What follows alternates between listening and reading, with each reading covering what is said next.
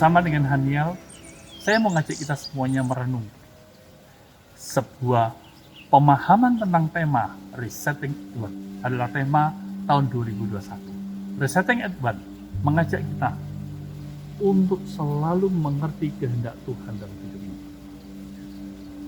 Kehidupan dinamis, perubahan bisa terjadi.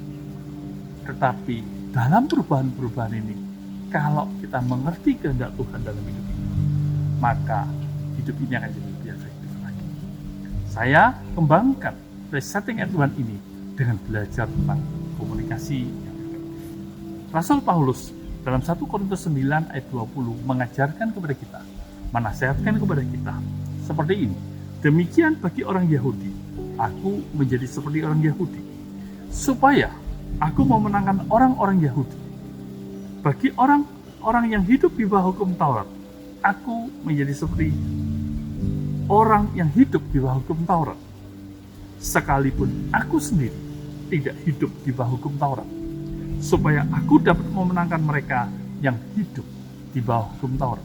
Adalah sebuah penjelasan Paulus bahwa dia ingin bersahabat, dia ingin membangun hubungan dengan orang Yahudi, dengan orang yang di bawah hukum Taurat, walaupun dia juga tidak kehilangan eksistensi dirinya sebagai orang yang tidak di bawah hukum Taurat. Tujuan dari semuanya ini supaya dia bisa memenangkan orang Yahudi dan dia bisa memenangkan orang yang hidup di bawah hukum Taurat. Teman jemaat yang dikasihi Tuhan, artinya komunikasi efektif memberikan manfaat kepada kita semuanya untuk menjadi jembatan dari perbedaan status sosial. Bukankah hari-hari ini kita akan menolong banyak orang-orang yang mungkin status sosialnya di bawah kita? Kita perlu berkomunikasi yang baik. Kita tidak membawa alam pikiran kita kepada mereka, tapi dengan pemahaman itu, kita bisa mengangkat dan meningkatkan hidup mereka. Perbedaan generasi, saya dengan Haniel. Ada rentang generasi yang jauh. Saya harus berusaha menyelami apa yang dipikirkan Haniel. Haniel pun harus belajar menyelami apa yang dipikirkan papinya untuk masa depannya. Dan itu membawa perubahan-perubahan yang penting. Perbedaan dari sisi budaya. Bukankah dunia sudah mengglobal sedemikian rupa? Bukankah hampir tidak ada sekat-sekat?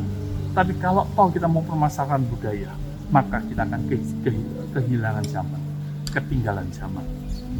Distorsi persepsi. Seringkali karena kepandaian kita, seringkali karena penguasaan kita terhadap sesuatu, maka kita ngotot dengan cara berpikir kita. Kita ngeyel dengan cara berpikir kita. Padahal cara berpikir orang belum tentu salah. Pada saat kita mencoba memadukan satu dengan yang lainnya, maka kita akan memiliki kekayaan kasih karunia. Kita akan memiliki kekayaan wawasan untuk hidup lebih baik lagi. Perbedaan karena keterbatasan sarana. Kadang ada beberapa orang marah dengan bahasa WA. Padahal mungkin maksud dari penulis WA tidak seperti itu.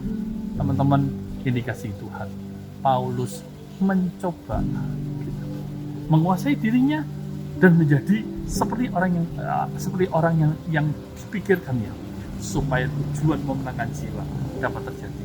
Sudahkah kita menyadari dalam masa-masa, semua masa dalam hidup ini, kita belajar untuk memiliki komunikasi yang efektif, tujuannya jadi berkat, menyatakan kasih dan kebaikan Tuhan. Tuhan memberkati.